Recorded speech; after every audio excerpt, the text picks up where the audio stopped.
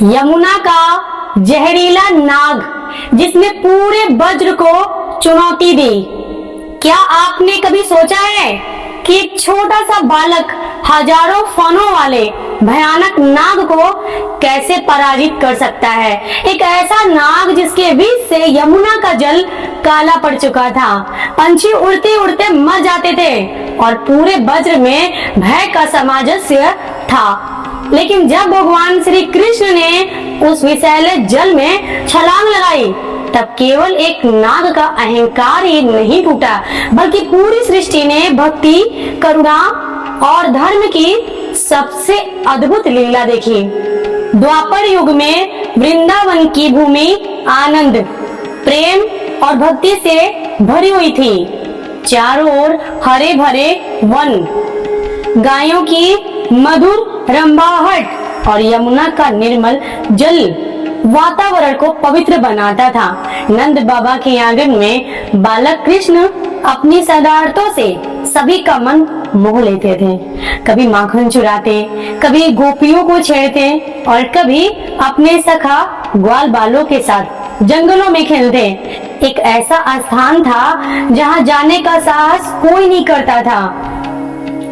यमुना के एक गहरे कुंड में कालिया नाम का भयंकर नाग रहता था। उसके हजारों फनों से निकलने वाला विष इतना घातक था कि उसके आसपास की हवा भी जहरीली हो गई थी।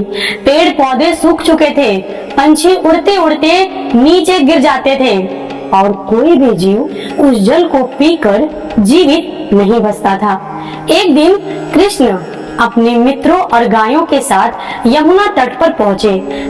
खेलते खेलते गायों ने उसी विषैले जल को पी लिया। कुछ ही क्षणों में वे सभी जमीन पर गिर पड़े।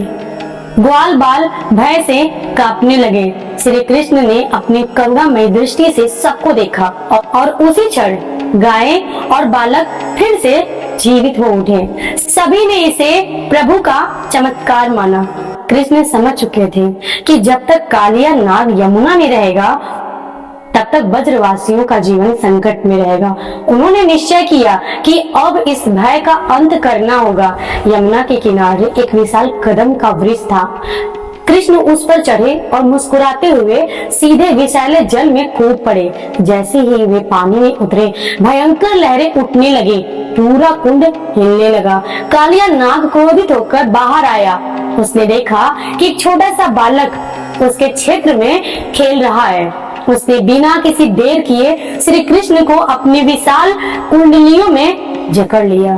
यह समाचार पूरे वृंदावन में आग की तरह फैल गया। यशोदा माता, नंद बाबा, रोहिणी माता, गोप गोपियां और सभी ब्रजवासी दौड़ते हुए यमुना तट पर पहुंचे।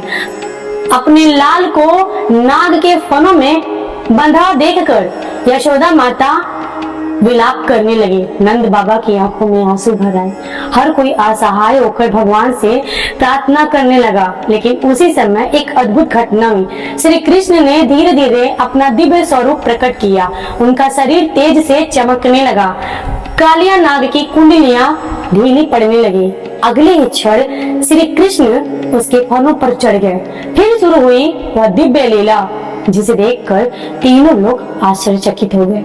भगवान श्री कृष्ण कालिया के फनों पर नृत्य करने लगे। हर कदम के साथ नाग का अहंकार टूटता गया। उसके चरणों का स्पर्श पाकर कालिया की शक्ति समाप्त होने लगी। देवता आकाश से पुष्प वर्षा करने लगे, गंधर्व संगीत गाने लगे और ऋषि मुनि प्रभु की महिमा का गुणगान करने लगे। कालिया जितना सिर उठाता, कृष्ण उतनी ही सहजता से दूसरे फन पर नृत्य करने लगते।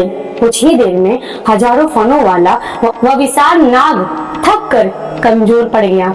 उसके मुख से रक्त बहने लगा और उसे अपनी भूल का एहसास हुआ। तब कालिया की पत्नियां, जिन्हें नाग पत्नियां कहा जाता है, हाथ जोड़कर श्री कृष्ण के सामने खड़ी हुई। उन्होंने कहा, हे प्रभु, हमारे स्वामी अज्ञान और अहंकार के कारण अपराधी बन गए हैं। आप दयालु हैं, कृपा करके इन्हें क्षमा कर दीजिए।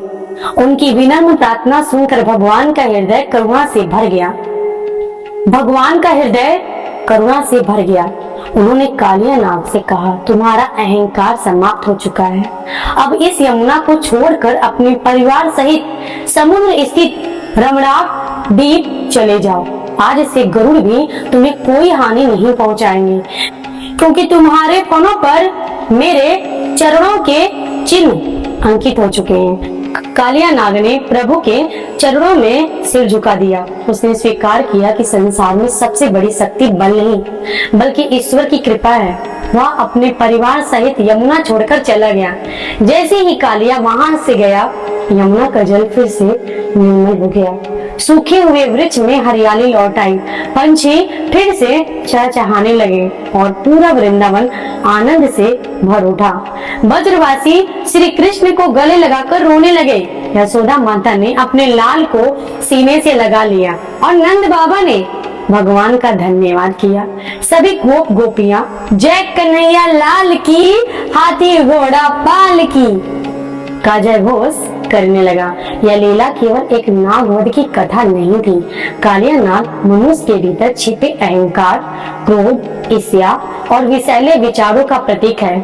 यमुना हमारे मन का प्रतीक है और भगवान श्री कृष्ण उस दिव्य चेतना के प्रतीक हैं, जो हमारे भीतर प्रवेश कर सभी नकारात्मकताओं समाप्त कर देती है। जब मनुष्य सच्ची श्रद्धा, प्रेम और भक्ति के साथ भगवान का स्मरण करता है, तब उसके जीवन का सबसे बड़ा विष भी अमृत में बदल सकता है। श्री कृष्ण ने कालिया का वध नहीं किया, बल्कि उसका अहंकार समाप्त करके उसे नया जीवन दिया।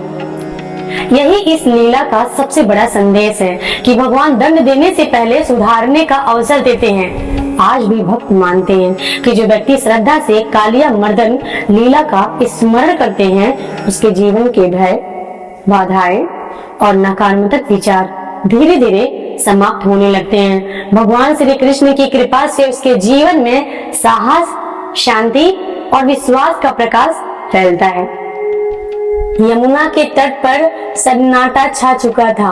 कुछ क्षण पहले तक जो जल विशाल लहरों से उफन रहा था, अब उसके बीच केवल एक ही दृश्य दिखाई दे रहा था। हजारों फनों वाला कालिया नाग अपने पूरे बल से श्री कृष्ण को जकड़े हुए थे। उसकी लीला आंखों से अग्नि जैसे चमक निकल रही थी और उसके विष की गर्मी से आसपास का वातावरण कांप रहा था। ब्रजवासी दूर खड़े भयभीत होकर यह दृश्य देख रहे थे। यशोदा माता का हृदय मानो रुक गया था।